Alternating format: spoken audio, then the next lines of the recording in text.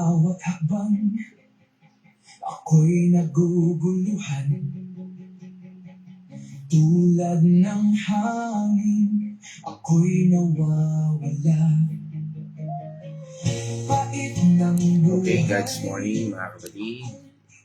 Ngayon pong araw na ito ay araw po ng Wednesday. At ngayon po ay May 13 at 2026. At ito po ay para sa amin, ito po ay special. No? Dahil birthday po ng aking partner in life. Ng aking asawa. No? At sa ngayon ay nagpe-prepare pa lang po siya. At nais ko munang batiin ang aking partner na later ay makasama rin po natin maya-maya. At ngayon po ay nais kong sa pagsimula ito, nais kong batiin siya ng happy birthday. At ngayon po, tayo po ay dadako naman sa ating pagtalakay dito sa ating daily devotion at dito sa ating talata natin pong pangungusapan ngayon. At yan po ay ang Proverbs chapter 13 verse 20. At ito po ay pamagatan nating right company ay will lead or equal o magre-resulta po ng right direction. Sabi dito, right company is equal to right direction. Sabi nga dito sa ating paksa at sa talatang ito ay babasahin ko po sa muli sa amplified version. Ang sabi po dito ng ating scripture for today is sabi dito ay he who walks, pansinin po natin yon.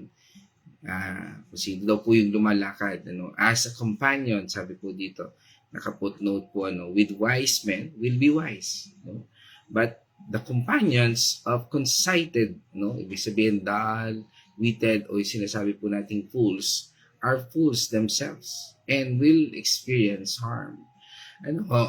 Napakaganda pong ating talakayin ang bahaging ito na nagpapakita sino nga ba talaga ang ating mga nakakasama at kumusta ang ating pamumuhay. Sabi nga kung ang pamumuhay natin ay gusto nating malaman kung bakit ganun. Tanong, sino nga ba yung ating mga nakakasama? At yan, mga kapatid, tayo po ay manalangin. Let's all pray. O manaming banal na makapangyarihan, kami po ay nagpapasalamat muli sa araw na ito sa pagtalakay, Lord, ng iyong salita. Dalangin po namin, Panginoon, na patnubayan mo kami sa pamamagitan ng banal na Espiritu.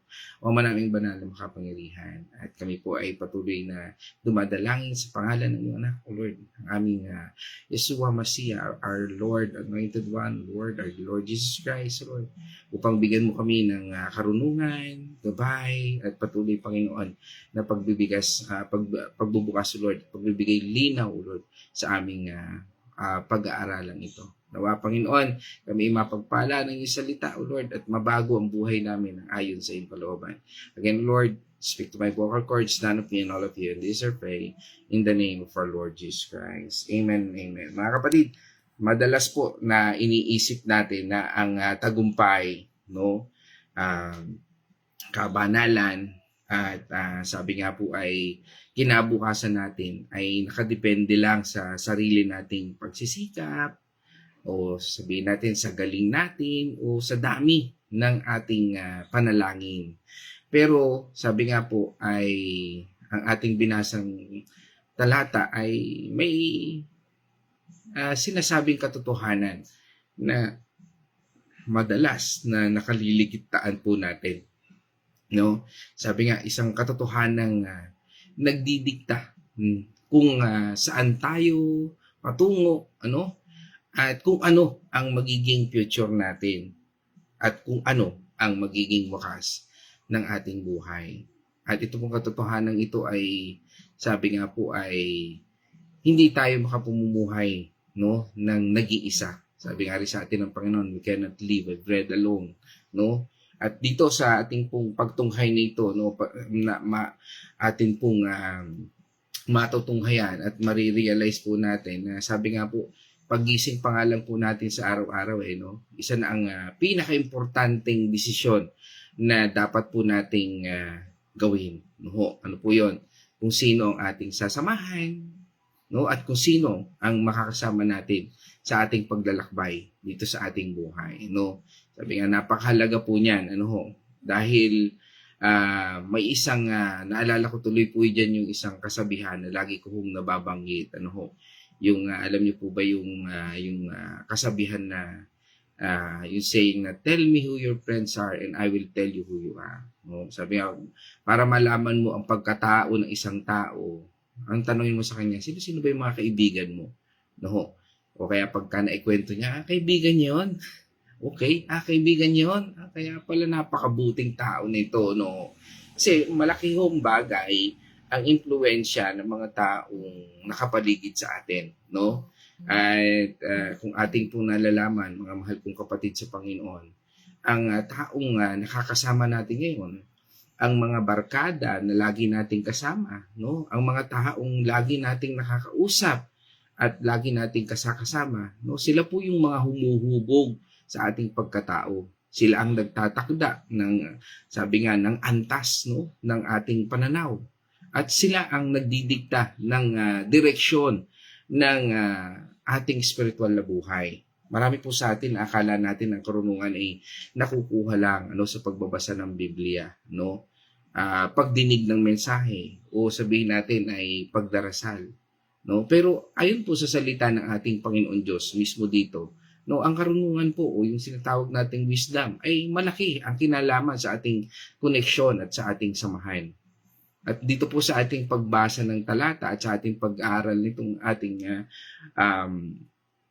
devotion for today dito sa ating God's Morning, no, dito sa Proverbs 13 verse 20, ay ito po ay nagbibigay po sa atin ng buong katotohanan na dapat na magbigay po sa atin ng aral o sabi nga ay magising po tayo sa ating mga kamalayan na kung tama ang kasama natin, magiging tama rin po ang direksyon natin. Kung mali ang kasama natin, maliligaw tayo at masasaktan tayo. Ito po ay hindi lang simpleng payo. Ito po ay prinsipyo ng Diyos na may kasamang pangako at babala. Sabi nga, hindi pwedeng alam mong tama ka. No, dahil minsan ay nakakapagpahamak po yan sa atin. Mahalaga po ang bahagi ito na sabi nga po sa buhay natin kung paano po tayo nai-impluwensyahan. Kung paano ang mga tao sa paano ang buhay natin ito ay magiging maayos. Dahil dito po sa ating pinag-aaralan ngayon, dito po sa Aklat ng Kawikaan o itong Proverbs, ito po ay isinulat ni Haring Solomon. Ang sinasabi nga rin pong isa sa sabi nga po, ito siya na po masasabi natin pinakamatalinong tao bukod sa ating Panginoong Kristo, nabuhay ayon dito sa Biblia, no? At ang layunin po nito ay ituro sa atin ang karunungan o yung wisdom na sabi nga po dito sa mismong sa Old Testament o sa Hebrew word po ay tinatawag po yan na chokma, yan po yun. Ito po ay ang kakayahang mamuhay ayon sa kalooban at utos ng ating Panginoon Diyos. Hindi lamang po ito basta talino sa isip, kundi sabi nga po, ito yung paglalapat ng kaalaman ng Diyos sa bawat desisyon na ating gagawin, sa ating buhay. At ayon nga po sa pagsasaysay at paliwanag ng mga sabi nga ay dalubhasang paaralan, na sabi nga ay na nag-aaral patungkol dito. Ang salitang sabi nga po dyan ay lumakad o walk na ginamit po dito sa ating binasang talata sa Hebrew word po ay halak. Ito ay hindi lamang tumutukoy sa physical na paggalaw. Ito po ay terminong naglalarawan ng pamumuhay, pakikisama at patuloy na ugnayan. Ipinapaliwanag po dito na ang talatang ito ay nagtuturo ng batas ng impluwensya, na ang sinasabi nga po doon, ang ating pagkatao ay unti-unting nahuhubog at nababago ng mga taong palagi nating kasama. Kaya nga po nakikita natin, ano nangyari sa kanya? Kasi napasama siya kay ganito kasi napasama siya sa ganitong grupo. Kaya nga po, 'di ba, pagka yung ating mga anak minsan iniisip natin um, saan ba natin pag-aaralin, no? Talagang nakikita natin ano ba impluwensyang may bibigay ng paaralang ito, no? Anong klaseng community na meron doon, no? Pag alam natin na maraming aktivista, maraming magugulong tao, no? So, bakit natin doon makikita natin ang lalo na pag mag-aaral yung ating anak, talaga nakikita natin na babago rin mismo yung kanyang perspektibo sa buhay. Kaya nga po ang pagiging matalino o hangal ay hindi lamang po nakadepende sa sariling kakayahan, kundi nakabatay din po ito sa uri ng mga kaugnayan o kung kanino tayo nakakonekta o sabihin natin yung samahan na ating pinipili. No? Kaya nga po binibigyan din nila dito na ang layunin ng talata ay hindi lamang po pag-iwas sa masama, kundi ang aktibong paghahanap at pakikisama sa mga taong may takot sa Diyos upang sabi nga po ay upang lumago at magkaroon po tayo ng tamang karunungan. Ano ho? At napakahalaga po yan sa ating buhay. Ano ho? At ang tinutukoy po dito sa ating binasang talata na wise men ay sabi nga ay mula po sa wikang Hebreo na tsakham. No ho? Yan, tsakham. No ho? Ay hindi lang po matalino sa isip. Sila po yung mga tinatawag na taong may takot sa Diyos, yung sumusunod sa kanyang salita at namumuhay ng matuwid. No? Tanong, yung mga kasama ba natin ay nandyan yung mga katangian na nakakasama natin? Sila ba yung mga taong maglilid sa atin at mapapalapit tayo sa Panginoon? O si itong mga taong nakakasama natin ngayon, sila yung magpapalayo sa atin sa Panginoon?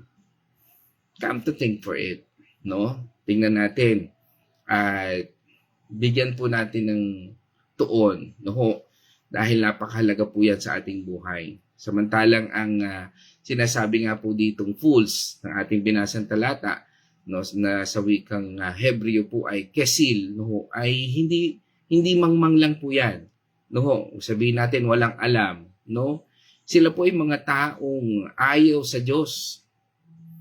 O sabi nga ay mapagmataas at namumuhay ayon lang sa sarili nilang gusto.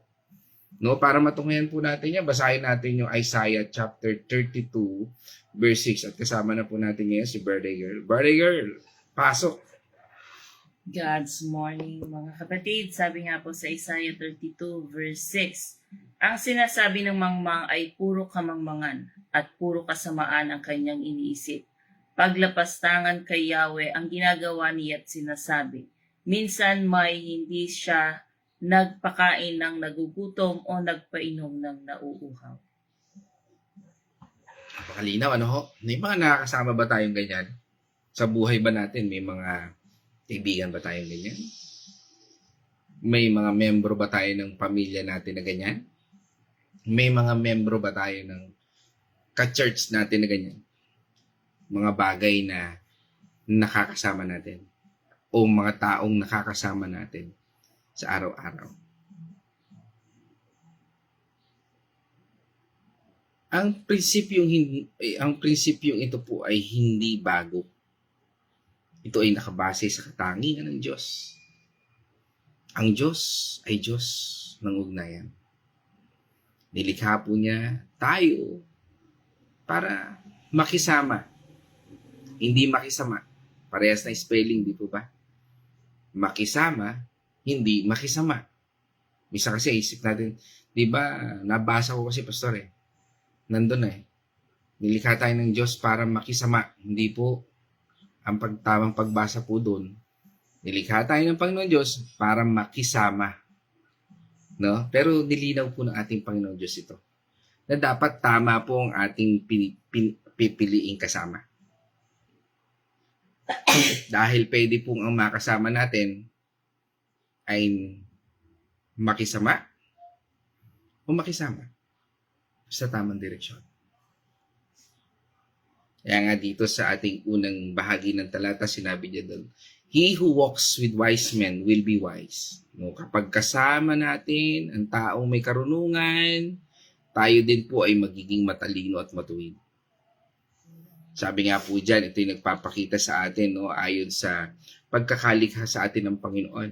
Kung mapapansin po natin from the book of Genesis, nilikha niya tayo ayon sa kanyang wangis. Di ba? At sa pagiging wangis ng ating Panginoon Diyos, nakikita ba sa atin yung pagiging wangis ng Diyos? Come to think for it, no? Naiimpluwensyahan ba tayo ng mga bagay na sinasabi ng Biblia? O naiimpluwensyahan tayo ng mga bagay na nararanasan natin sa mundo? Pero nilikha tayo ng Panginoon Diyos sa kanyang wangis, tama? We are created to the image of God. Sige, basahin po natin yun. Genesis chapter 1, verse 26 to 27. Pagkatapos sinabi ng Diyos, ngayon likhain natin ang tao ayon sa ating larawan. Ayon sa ating wangis, sila ang mamamahala sa mga isda, sa mga ibon, sa himpapawid, at sa lahat ng hayop maging maamo o mailap, malaki o maliit. 27. Nilalang nga ng Diyos ang tao ayon sa kanyang larawan. Sila'y kanyang nilalang na isang lalaki at isang babae. Amen. So yan po yun. Yan yung wangis na sinasabi ng Panginoon. Nilikha tayo ng Panginoon upang pamahalaan natin ng mga bagay. Hindi tayo impluwensyahan ng mga bagay nito. Malinaw po. Na minsan, ito yung nagkakaroon ng kabaligtaran. Nadadala na tayo ng mga bagay na ito. Nadadala na tayo na iniisip natin wala tayo. Na kulang tayo. Di ba? The same thing na sinabi ng Panginoon, no? Na hindi tayo dapat kumain ng bunga. Pero ginawa natin. No? Kasi nga inisip natin ay maaring may kulang pa doon sa lahat ng biyaya ng Panginoon Diyos. Na nalimutan natin na tayo ay nilikha ng Panginoon Diyos o sabihin nga natin ay dahil sa impluwensya ni Satanas. Di ba? Kaya nga pag tayo ay na-impluwensyahan ng salita ni Satanas, diyan na nababago ang lahat. No? Nagiging questionable na ang tuldok na ginawa ng Panginoon. Huwag mong kakanin ang bungang yan, kundi mamamatay ka.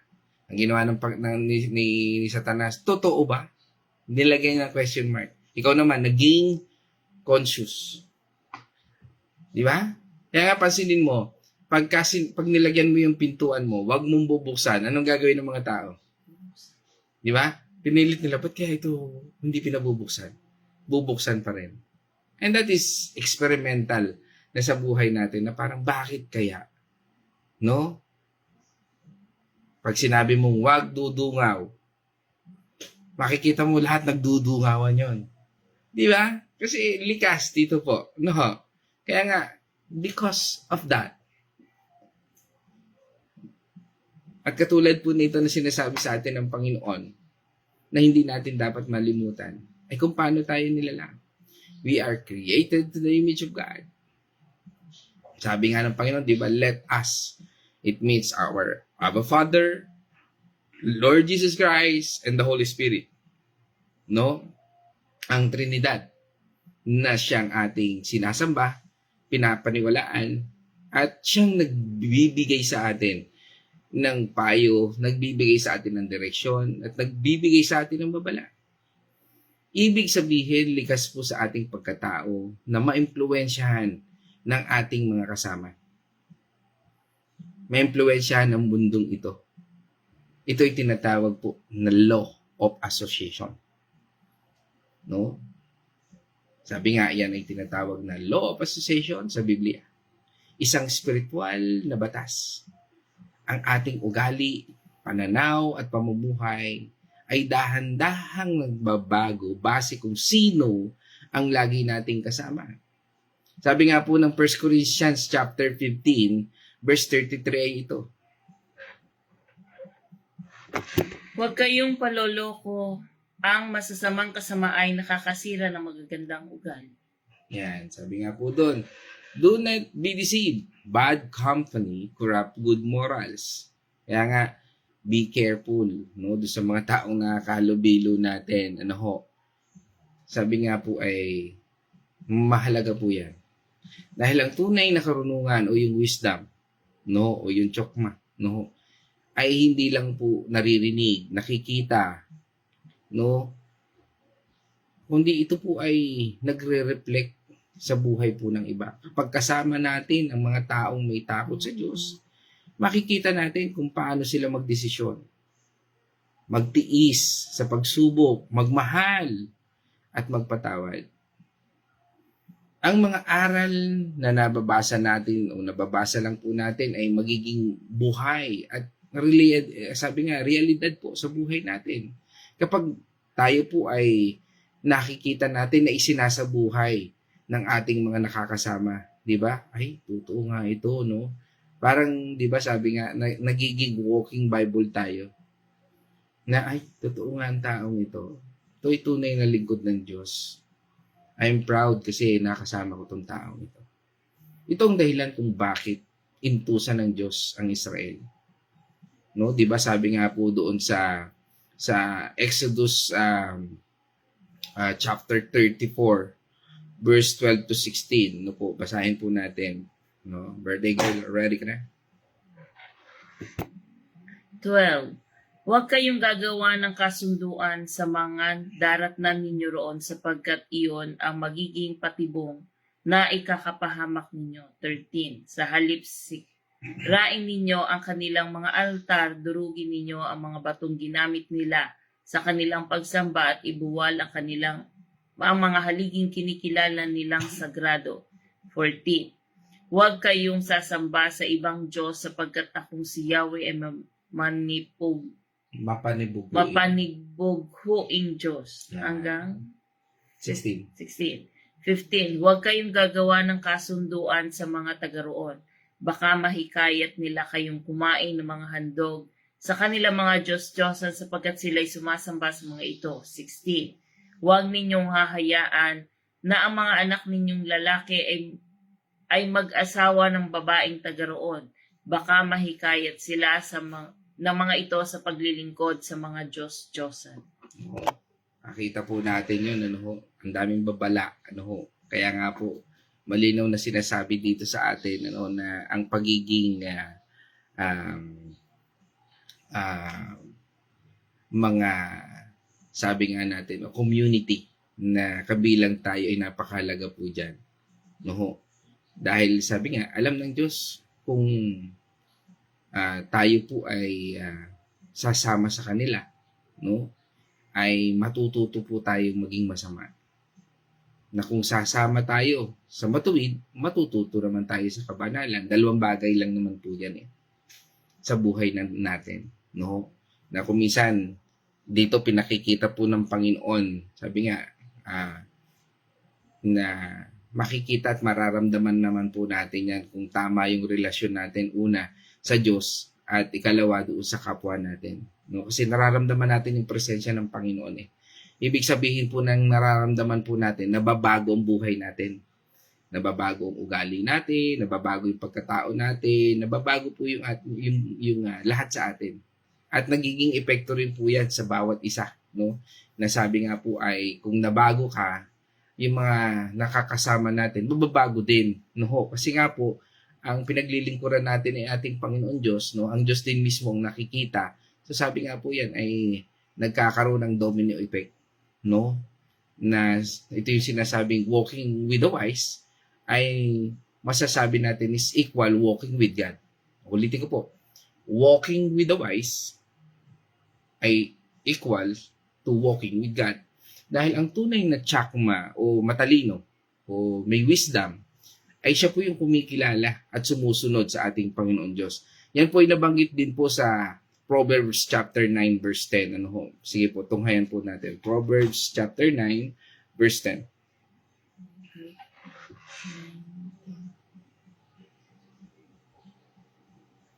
Ang paggalang at pagsunod kay Yahweh ay pasimula ng karunungan. Ang pagkilala sa banal na Diyos ay may dulot na kaalaman. Yon. Kung tayo ay tunay na nais nating makilala ang Panginoon Diyos, no? Ay kinakailangan po natin na isuko yung buhay natin. Alamin natin, yun bang ginagawa natin ay naaayon sa Biblia o tumataliwas sa Biblia?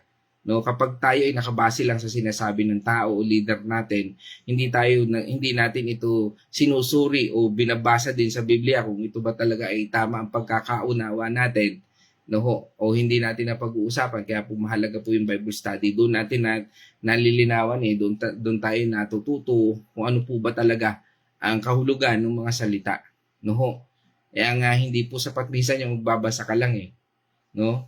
Kaya nga po mahalaga na tayo mismo ay nag-aaral, kasama rin po natin yung ibang mananampalataya. Yan po yung the power ng pag-aaral ng sama-sama, no. At mahalaga po 'yon, mga kapatid ko, at mahal na kapatid sa Panginoon, ano. Kaya kapag po tayo sinasabi nating sabi nga po ay lakad ng kasama natin yung mga matatalino, o sabi nga ay halak na kasama ng mga tsakam, yung puno ng wisdom, ano. Ibig sabihin po nito ay lakad po ng kasama natin ang mga taong pwedeng, o sabihin natin ay nagdadala sa atin palapit sa ating Panginoong Jesucristo. Kaya nga, mga mahal kong kapatid, sa pananampalataya, no, ay mahalaga po na tayo po ay nakikisalamuha sa mga tunay na nakakakilala at may takot sa Panginoon Diyos. Ito po yung mga kapatid natin sa pananampalataya, mga leader, at mga kaibigan natin na sinasabi nating lumalakad sa katotohanan ng ating Panginoon Diyos. Dahil sila po ang ginagamit ng Diyos para hubugin po tayo, itama tayo, at patatagin tayo. Di ba sabi nga po sa atin sa Proverbs chapter 27 verse 17, ano sabi po doon? Bakal ang nagpapatalim sa kapwa bakal, isip ang nagpapatala sa kapwa isipan. Yan. As iron sharpens iron, so person sharpens another. No, kung ang bakal napapatalas ng bakal, ang tao ay napapatalas din po ng sarili ng tao. At doon po sa ikalawang bahagi, sabi nga doon, but the companions of fools will experience harm. Ito ho yung isang babala. No, sabi nga doon, pero ang sasama sa mga hangal o masama, sila po ay mapapahamak at masasaktan. Dahil sa Biblia po, ang salitang hangal o sabihin natin foolish, no, o yung sasabi nga po sa Hebrew word ay kesil, ay tumutukoy po sa mga taong sabi nga po ay nagsasabi sa puso niya na walang Diyos. Yung para bang ang Diyos sa kanya ay baliwala. Na nandiyan ang Diyos pero hindi niya kinikilala. No. O maaaring kinikilala niya pero hindi niya sinusunod. Tungayan po natin yan. Psalm 14 verse 1. Wala namang Diyos ang sabi ng hangal sa kanyang sarili, silang lahat ay masasama. Kakilakilabot ang kanilang mga ginagawa, walang gumagawa ng mabuti, wala nga, wala. Yan po yun. No? Hindi ibig sabihin po ay hindi sila naniniwala, kundi namumuhay po sila ng paraang walang Diyos. Parang sabihin natin, yung mananampalataya ka pa naman, pero ang ugali mo ay ganito. Mananampalataya ka pa naman, pero pumapark ka sa hindi tama. Mananampalataya ka pa naman, pero ang ginagawa mo ay taliwas sa kung ano ang tama. Pansinin natin, dito na lang sa San Pablo, pinagbabawal yung nakaparada. Pero yung paghaharang doon sa mga barikada ng pwedeng parkingan, bawa katapat mo, meron kang establishment, haharangan nila yan para doon sila mag-park. Na dapat ang batas, meron kang sariling parking mo. You will not block the driveway. Kaya nga pinaalis mo yung mga nasa lansangan kasi nakablock sila sa driveway. Ang gagawin naman ng mga nasa tapat, dahil katapat nila yon, babarakadahan nila. So, mga kapatid, yan po ang mundo kung makikita po natin, kaya ako po nagawang example. Dahil ngayon, kahit saan ka pumunta sa San Pablo, bawat tapat nila, binabarakadahan nila na walang no parking sign. No? At ito namang mga sinasabi nating mga law enforcer, masipag sila, napakasipag. At may mga kapatid tayo at meron din naman po talagang tama. Pero ito po pagising natin, kung talagang tama ang pamamahala natin, dapat tama rin po ang direksyon natin. Bakit to? Pinalis natin yung mga sasakyan, pero yung mga barikada, hindi natin inaalis.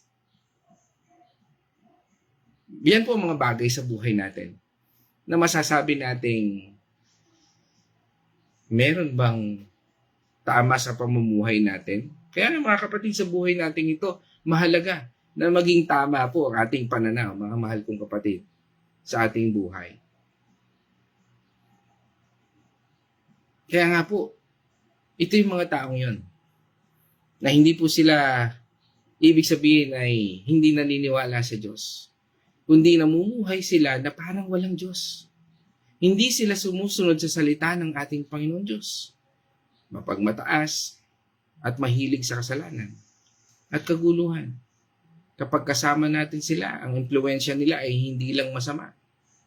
Ito ay mapaminsala sa ating mga kaluluwa o espiritual na buhay. At ang kasalanan at paglayo sa ating Panginoon Diyos, sabi nga po, yan ay nakakahawa. No? Kaya nga makikita natin, dati naglilingkod na sa Panginoon, nawawala. Nakalulungkot po yun, mga mahal kong kapatid. Dahil kung tayo naglilingkod na sa Panginoon, magpatuloy po tayo. Ito po minsan nagdudulot ng harm. O sabihin natin, yung harm na ito is nagre-resulta po ng spiritual and eternal loss. Na ibig sabihin po ipinsala. Ito po yung tumutukoy sa pagkawala ng gana sa pagdarasal, pagbabasa ng Biblia at pagsamba sa Diyos. Mga mahal ko kapatid sa Panginoon, nagkakaroon ka pa ba ng excitement sa pagbabasa ng Biblia? May excitement ka pa ba sa pag-attend ng Bible study? O ginagawa mo na lang excuse ang iyong buhay para tingnan ang iyong circumstances, situation, upang hindi mo magawa ang kalooban ng Panginoon Diyos? Come to think for it, mga kapatid. Makikita rin po natin dyan yung pagbabago ng ugali at pananalita na nagiging halintulad na rin po sa mga taong nakakasama nila.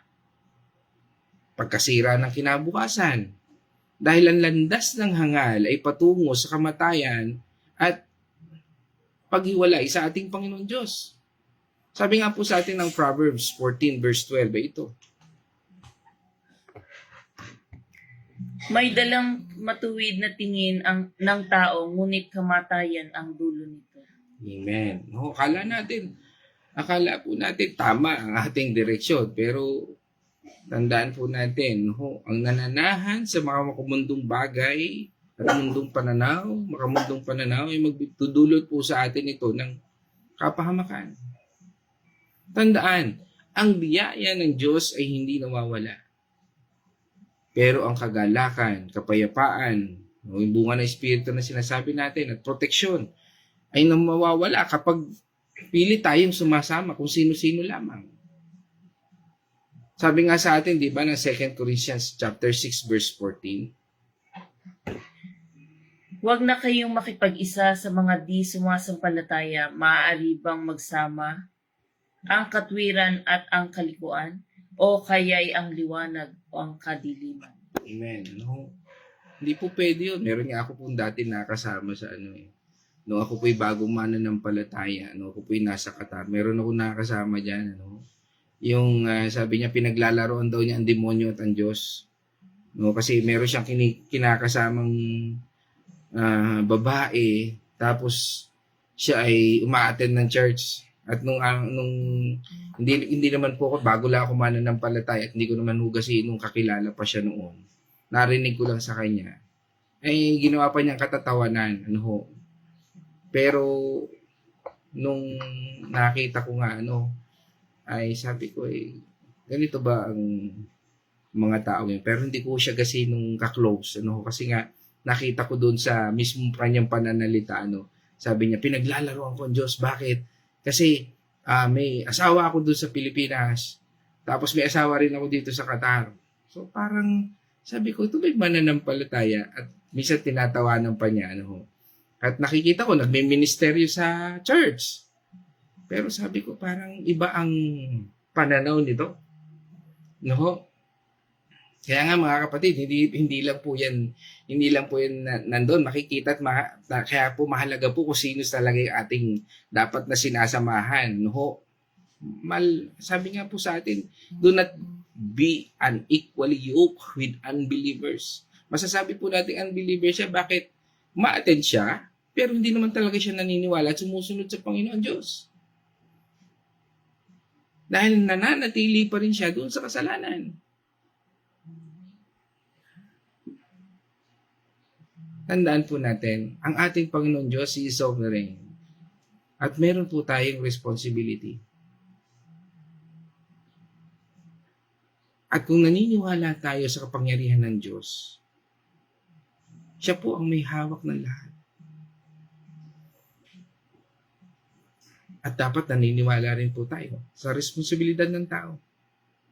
Dahil binigyan po tayo ng Diyos ng malay at pagpipilian. Sabihin natin, meron tayong free will. Hindi po pipilitin ng Diyos na iwan mo ang masama. Hindi yan pagpipilitan sa atin. Pero, bibigyan po tayo ng babala niya. Lagi po nating tatandaan kung bakit minsan pinipili natin yung masama. Lord, gabayan mo po ako. Pero, ang tanong dyan, siya ba talaga ang Lord ng buhay mo? O pipiliin mo pa rin yung gusto mo? Kung mananatili po tayo sa masamang samahan, kaya nga makikita po natin, mahalaga po itong ating pagtalakay. Kasi ang tanong, yung bang sinasamahan mo ngayon, tama? Kaya nga kung ang mga taong kasama mo ngayon ay hindi naman tama at hindi ito magre-resulta ayon sa iyong pinili, minsan, wag mong sayangin ang oras mo sa mga taong yan. Dahil ang Diyos ay mapagmahal, pero siya ay banal at makatarungan. Kung ang mga taong ito, sabi natin, nasasayang lang din ang oras mo dahil wala rin naman talaga, kahit anong payo mo sa mga taong yan, tigas pa rin talaga ng ulo. Okay, magkakilala kayo, okay, magkasama kayo sa church. Pero don't waste your time kasi kung ang gusto lang niya, yung pinipili niya, o sabihin natin, ay hindi naman siya marunong sumunod sa kung ano sinasabi ng Panginoon. It's enough. Pag lumapit siya sa'yo, tanggapin mo pa rin. Pero, hindi ibig sabihin nun, makisama ka sa kanya. O makisama ka sa kanya. Pwede kang makisama, pero hindi ka pwedeng makisama. Dahil tayo po ay nilikha ng Diyos para makipag-ugnayan at magkaroon ng kasama. Hindi magkaroon ng kasama. Yung kasama natin sa kasamaan. We are creating a community na magbibigay sa atin ng lakas. Hindi magtutulak sa atin sa maling landas. Dahil ang paglago at kabanalan ay nangyayari sa loob ng tamang samahan. Kung tama ang samahan, ay go. Pero kung mali, bakit hinahayaan mong wasakin ang buhay mo na yan? No, para bang nandun ka sa isang church, tapos yung samahan naman doon ay hindi naman talaga maganda. Tapos, alam niyo, mahirap po maglingkod na ang kasama mo ay, sabi nga ay, mahirap sabihin na natin mali. Lalo na kung pastor.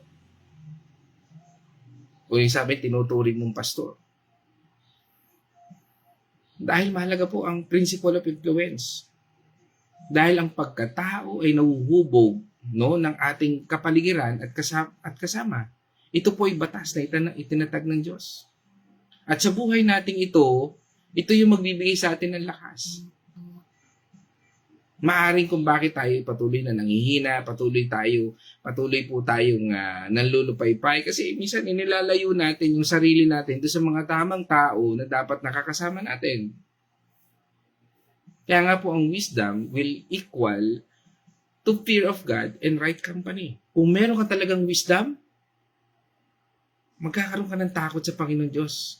At dahil sa meron kang takot sa Panginoon Diyos, magiging tama ang iyong mga kasama. Tanong, sa buntong ito, sa loob ng iyong bahay, sa loob ng iyong pamilya, hindi ka na makakapili diyan. No? Pero lagi nating titingnan, no? Ay Sabi nga, hindi naman lahat ng membro mo sa pamilya mo ay makakasama mo talaga. No? Especially kung talagang kayo ay merong isang espiritu, makakasama mo yan. Pero kung hindi, huwag mo asahan. Kasi yung wisdom na yan, na galing sa ating Panginoon Diyos, maglilid doon sa right company. Kung tama yung mga taong sinasamahan natin. Dahil ang tunay na karunungan ay may takot sa Diyos at tamang pagpili ng kasama. Diyan natin nakikita na lumalago. Lumalago ang bawat tao nasa mga tamang tao. Kaya nga po, mahalaga rin po yan. At diyan natin makikita yung discernment and separation. Bilang tagasunod na ating Panginoon Kristo. Sabi nga po, wag lamang po tayong lumayo sa mundong ito, pero lumayo po tayo sa impluwensya ng kasalanan. Alamin po natin kung sino ang naglalapit sa atin o naglalayo sa atin sa ating Panginoon Diyos. Sa mga tao bang yan na kasama natin ngayon, naglalayo ba yan o nagpapalapit sa ating Panginoon Diyos? Dahil ang mahalaga po sa ating mga nakakasama is Christ-centered. Yung ating mga nakakasamang ito. O yung tinatawag natin Christ-centered companionship. Dahil ang pinakamahalagang kasama natin ay si Kristo mismo. Ibinigay niya ng ating Panginoong Kristo ang iglesia o church at mga kapatid para maging kasama natin sa paglalakbay patungo sa kaharian ng Diyos. Hindi lang po yan, uupo ka, luluhod, uuwi, tapos na. Hindi po ganoon. Kaya nga mga kapatid, meron akong ilang mga katanungan. No? May mga kaibigan ba tayong nagtutulak sa iyo na gumawa ng masama, magreklamo o lumayo sa Diyos? O may mga kasama ba tayong mga nanghihikayat sa atin na maging mas mabuting tagasunod ni Kristo? Ano po ang punto natin dito? Tingnan po natin ang ating mga sarili. Sino ang laging kausap at kasama natin? Ang sagot po ay magsasabi kung saan tayo patutungo. Kung ating titingnan, susuriin, sino ba itong mga kasama natin? Yun yung magiging landas mo. Ikalawa, bakit mahirap para sa iba na iwan ang masamang samahan kahit na sabihin po natin ay alam nilang mali ito ayon sa salita ng ating Panginoon Diyos? Bakit po? Dahil sa damdamin at nakasanayan, pwede nating ma-develop ang ating, sabi nga ay, ang ating future dito. Pero bilang mananampalataya, mga kapatid, ang katotohanan ng salita ng Diyos ay dapat masigit sa damdamin. Dahil ang tunay na pagmamahal ay pagtulong na mailayo ang bawat isa sa masama. Pero kung ayaw nila, protektahan mo ang iyong sariling kaluluwa na ihandog mo sa Diyos. May mga taong ganun eh. Kaya, kinakailangan mong protektahan yung sarili mo. Sapat ba na tayo lang ang matuwid kahit mali ang kasama natin? Kahit alam nating ito ay labag sa kalooban ng Diyos? Ayon po sa salita ng Panginoon Diyos, hindi. Dahil ang impluensya ay laging umiiral. Kahit gaano ka pakatatag, kapag laging kasama mo ang masama, dahan-dahan kang babagsak. Kaya nga po, kinakailangan maging liwanag tayo. Pero wag sumama sa kadiliman. Sabi nga po dito sa ating pag-aaral, right company equals to right direction. Kaya una, piliin mo maging mabuti ang iyong kaibigan at kasama. Hindi ibig sabihin ay ayaw na tayo sa mga taong sabi nga ay mga pagkakaibigan natin. Iwanan natin sila. Pero hindi po. Ayusin po natin ang sabi nga yung ating circle. No? Kung mga kaibigan mo ito, ilagay mo ang ating Panginoong Hesus dyan. Dahil mas madami ang oras at pakikisama sa mga kapatid, leader, at mga taong nagmamahal na sumasamba sa Diyos. Kung ang circle natin ay wala yan, tayo mag-lead doon sa mga taong yan. Doon po tayo matututo sa kabanalan at karunungan na nagmumula sa ating Panginoon Diyos. Kung yung circle mo, negosyo man o ano man yan, ay wala ang Panginoon Diyos, start. Sabi nga sa simpleng, okay lang po ba? Bago tayo magsimula, manalangin tayo. That's a simple thing. Maging isang matalinong kasama po tayo sa iba. Hindi lang po dapat tayong makinabang o sasabihin natin nakikinabang sa mga taong ito. Kundi maging pagpapala rin po tayo sa kanila, mga mahal kong kapatid. Maging taong nagdadala ng salita ng Diyos. Nagpapayo, nagtatama, at naghihikayat ng kabutihan ayon sa kalooban ng ating Panginoong Diyos. Dahil tayo din po ay dapat maging matalinong kasama para sa iba. Ayon sa halimbawa ng ating Panginoong Kristo. Maglakbay po tayo kasama ni Kristo higit sa lahat. Dahil ang pinakamatalinong desisyon na pwede nating gawin ay gawin nating Panginoon at kasama natin ang ating Panginoong Hesus sa araw-araw. Maging sentro siya ng relasyon natin sa ating pamilya, sa ating kaibigan, sa ating trabaho, sa ating kliyente, o saan pa man. Dahil ang ating Panginoong Kristo ang pinagmulan ng lahat ng karunungan na nagmumula sa ating Panginoong Diyos. Kapag kasama natin siya, kahit anong mangyari, tama at ligtas ang direksyon natin. Sabi nga doon sa Colossians chapter 2 verse 3, in whom are hidden all the treasures of wisdom and knowledge from God. Mga kapatid, diyan po ako magtatapos. At nawa tayo po ay napagpala ng ating Panginoon Diyos sa ating tinalakay ngayon dito sa Proverbs chapter 13 verse 20. Mula din na pinamagatan po natin, right company equal to right direction. At ngayon naman tayo po ay dadako sa Wenny's birthday reflection. Dinagdagan ko, happy birthday. Wenny's birthday reflection. God's morning, mga kapatid. Ito po yung aking take up doon sa ating napag-aralan ngayong umaga ito. Bilang mananampalataya po, alam nating malaki ang epekto ng kasamahan natin sa nasa paligid natin. Ang kasamahan po natin ang mga malalapit sa ating Panginoon. Kapag kasama natin ang mga taong gumagalang sa Diyos, sumusunod sa kanyang salita at namumuhay ng maayos, lumalakas po ang ating pananampalataya. Lumalakas ang ating sandata sa gawa ng kaaway. At iyon din po ang nagiging shield natin sa banta ng kaaway na nasa paligid natin. Natututo tayong gumawa ng tama ayon sa nais ng Panginoon. At nagkakaroon tayo ng gabay upang manatili sa kanyang landas. Ngunit kapag laging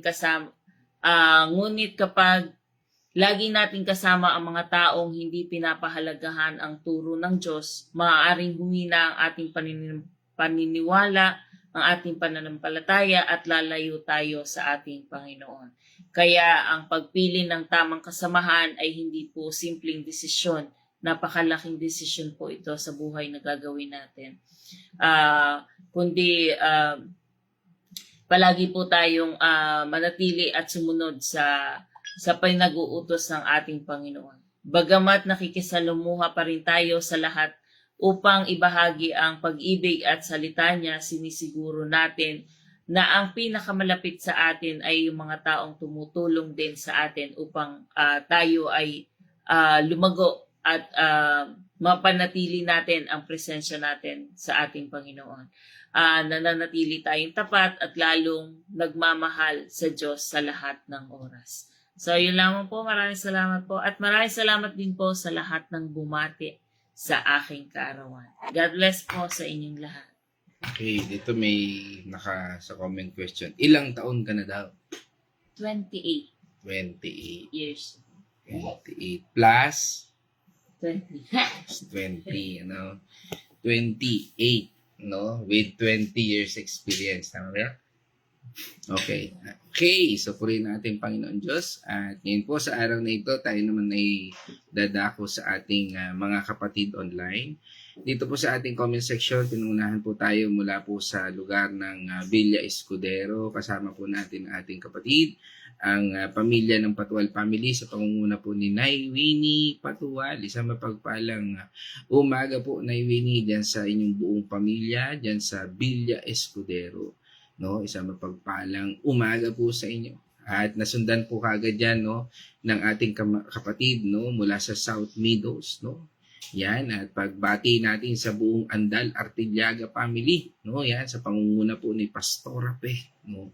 Yan, kasama po natin. At pagbati natin sa inyong buong angkan, sa inyong buong mga anak, mga manugang, at mga apo, no, at sa inyong buong pamilya, saan mga sulok ng mundo, no. Yan, sa mapagpalang umaga po, Pastora Pe. Yan, at pagbati rin naman natin sa ating kapatid mula sa Bulakin Chaong. Yan, kasama po natin si Inay Marta. At pagbati rin po natin sa ating mga kapatid dyan kay Nay Gloria, Nay Lina, no, kay Yasel, kay Inigo, no, diyan sa Bulakin Chaong, at syempre kay Kuya Chris, no, Artillaga, no, diyan sa Bulakin Chaong, sa mapagpalang umaga po sa inyong lahat dyan, no. At tungo naman po tayo sa bayan ng Liliw, ang bayan ng magigiliw. Yan, sa pangunguna po ng Arocena family, no, kasama po natin Arocena family sa pangunguna ni Nay Edna Arocena. Isang mapagpalang umaga po, Nay Edna, no, at puri po Panginoon Diyos, no. At sino pa? Sinundan niya na aking kapatid, no, from Santa Rosa, Laguna. Kasama po natin si Caroline Mercado. At pagbati natin yan, syempre sa aking nanay, kay Corazon Gano Mercado, at pagbati natin sa buong pamilya po namin, no, pinabati ko po pala ang buong pamilya namin, no, saan man sulok din ng mundo, no. At syempre pagbati ko na rin sa aking magandang nanay, sa aking anak na si Casey, no, at syempre kay Kyle, at sa aking mga pamangkin na nandiyan sa Santa Rosa, Laguna, no, kay Princess, kay Shai, no, kay Jello, CJ, and Sian, no. Isang mapagpalang umaga po sa ating lahat. At yan, at tungo naman po tayo sa Dolores, Quezon. Kasama po natin, no, magkadikit, no. At pagsabayin ko na ang Dalangin at Alinea family, no.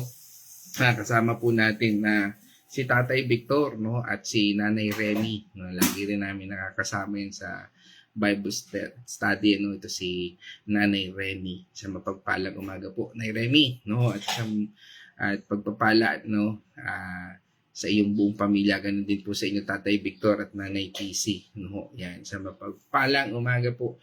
At mula naman po sa Barangay San Ignacio, kasama rin po natin ang ating kapatid, no, si Brother Rap, no, si Brother ang Preo family. Isang mapagpalang umaga sa iyo, kapatid, at purihin ang ating Panginoon Diyos sa iyong buhay, at maghari ang kapayapaan, no, sa iyong buong pamilya, at sa iyong lahat ng ginagawa sa iyong trabaho, maging sa iyong kalusugan, no. Yan. At pagbati rin po natin sa ating kapatid, no, lagi rin po natin kasama si Nay Josephine Maranan mula po sa Barangay Santo Niño, no, San Pablo City, sa mapagpalang umaga po. At kasama rin po natin, no, si Sister Lisel, no, Dalangin from Villa Escudero. Sa mapagpalang umaga sa iyong buong pamilya, Ate Lisel, no, at sa iyong mga anak, sa iyong asawa, kay Kuya Hector, no, sa mapagpalang umaga po sa ating lahat, no. At sundan po yan ang ating kumare, no, at ating pagbati na rin natin, no, at magkasama ngayon, ano, ang Tanyo family, no. Binabati natin ang pamilya Azucena Tanyo family, no, diyan sa Carmelite, no. Pagbati natin kay Paring Arthur at kay Kumaring Len, no, nakasama natin yan. Siyempre pagbati rin natin kay Pao at kay Julie, no. Yan. At siyempre binabati na rin natin diyan ang aming inaanak na si Tyrone at si Janessa. Isang mapagpalang umaga po sa ating lahat. Yun, speaking, no, nakita ko na rito si Janessa, no. Ayan, at si Tyrone, no, yung mag-asawang yan. Yan, at pagbati rin po natin sa ating kapatid naman mula po sa Makati City, at syempre pagbati na rin natin sa kanyang pamilya sa Bulacan, no, Santa Maria.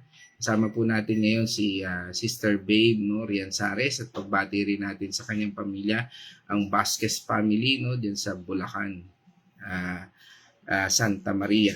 Yan. Okay? At yan, nabati ko na rin ang ating nanay kanina, si Corazon Mercado. At syempre, pagbati rin po natin sa ating kapatid naman dyan sa Pampanga, si Ate Cindy Mercado. Isang mapagpalang umaga sa iyo dyan, ate. No? Ingat ka palagi dyan. Yan. At, sino pa? Yan, kasama rin po natin ang ating kapatid dito sa Barangay Santo Angel. Yan, ang ating kapatid po na si Sister Manilyn Mendoza. Isang mapagpalang umaga po sa inyo. Yan, at po po Panginoon Diyos, no? At lagi po namin kayo nakakasama dito sa God's Morning, no? Again, dyan po tayo magtatapos, no? Siguro nabanggit ko ho ang lahat, nawa, At ngayon po tayo po ay magtatapos na. At sa ating pong pagtatapos ay tayo po ay manalangin. Let's all pray. O manaming banal na makapangyarihan, Diyos Espiritu, O Lord, na sa amin, Panginoon, ay nagturo, gumabay, at nagbigay ng kaalaman. Patunay, Panginoon, na inaamin namin na ang bawat salita ay hindi po naggagaling sa amin, kundi sa iyo lang. Dahil hindi po namin kayang ipahayag ang iyong salita kung hindi man ito, Panginoon, iyong sinamahan. Kaya sa iyong pagsama sa amin, sa bawat salita na amin pong nabitawan, bigyan mo po ito, Panginoon, ng kapangyarihan na baguhin ang aming buhay at magbigay, Panginoon, ito sa amin ng tamang direksyon at tamang pananaw. Bigyan mo kami ng lakas, patnubay at gabay at upang matahak namin ang tamang landasin na naaayon sa iyong kalooban. Alisin mo mga bagay, Panginoon, na mali sa aming isipan at sa aming puso. At ikaw po magbigay po sa amin ng tamang direksyon upang piliin namin ang tama, matuwid at banal ayon sa iyong paningin. Bigyan mo kami, Panginoon, ng kaliwanagan sa lahat ng aming direksyon, sa isip, sa salita at gawa, sa landas namin o pagakbang namin sa buhay nito.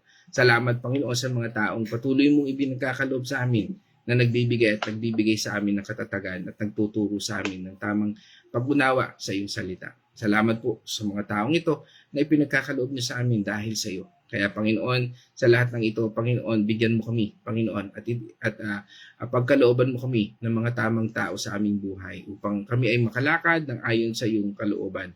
Again, O Lord, sa aming pong paglandas na ito, kami po'y naniniwala, Panginoon, sa iyong patnubay at gabay. At sa iyong patnubay at gabay na ito, Panginoon, na siyang magbibigay sa amin ng lakas. Kung kami man po ay dumadaan sa mga sakit o karamdaman, O Lord, kami po'y naniniwala na ikaw yung Diyos na siyang magpapagaling sa amin. Ganon din, Panginoon, sa nalalapit na surgery ng aking asawa, O Lord. Kami po'y nagtitiwala, O Lord, na ikaw ang nagbibigay at nagkakaloob ng mga tamang tao upang maganap ang iyong kalooban. Salamat po, Panginoon, sa mga doktor na hihipo, O Lord, ng operasyong ito at sa bawat tao, Panginoon, na ginagamit mo, Panginoon, sa buhay ng naming pamilya upang kami ibigyan ng lakas ng loob, Lord, upang patuloy na magtiwala, patuloy na manindigan, Panginoon, sa iyong salita. Salamat, Panginoon, sa lahat ng ito at patuloy namin, Panginoon, pinupuri, Panginoon, at pinasasalamatan na rin po, Panginoon, ang pagkakaloob mo, Panginoon, ng kaarawan sa aking asawa, O Lord. Na patuloy, Panginoon, na nagpapakita na ikaw yung Diyos, na siyang patuloy na gumagabay at patuloy na sa amin, Panginoon, ay nagkakaloob, Panginoon, ng magandang buhay. Salamat po sa lahat ng ito. Sa iyo po ang papuri, pasalamat at pagsamba at sa bawat isa na narito ngayon, Lord, na pinagpala mo at pagpapalain mo, Panginoon. Pagkalooban mo po ang bawat isa ng biyaya na nagmumula lang sa iyo. Ang biyaya ng kagalingan, biyaya, Panginoon, ng provision, Lord, sa lahat ng pangangailangan at biyaya na nagmumula lamang sa iyo. Muli, sa lahat ng ito, sa iyo po ang papuri at pasalamat sa pangalan ng Ama, ng Anak, at ng aming Panginoon tagapagligtas na si Yesu Cristo. Ito po'y aming dalangin. In Jesus' name. Amen, amen. Mga kapatid, let us shout the shout of victory. Christ has died. Christ has died. Christ has risen. has risen. Christ will come again. And together, we are for Christ again. God's morning, everyone. Sa iyong salita at sa iyong piling, nais kong makarating.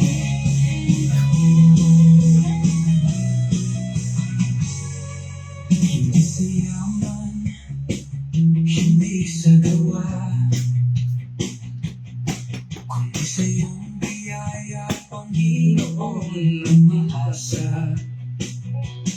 Pag napanatili At ang sunod sa iyo, ang puso kong ay maging kamalalang mo.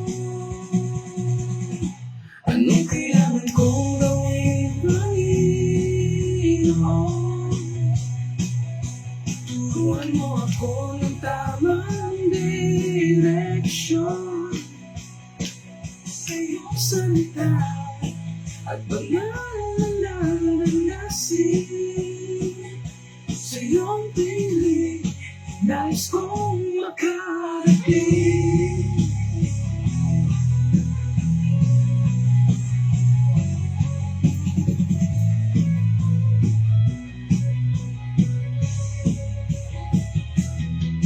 Pagsuko ang susi, kabanang mo panataya.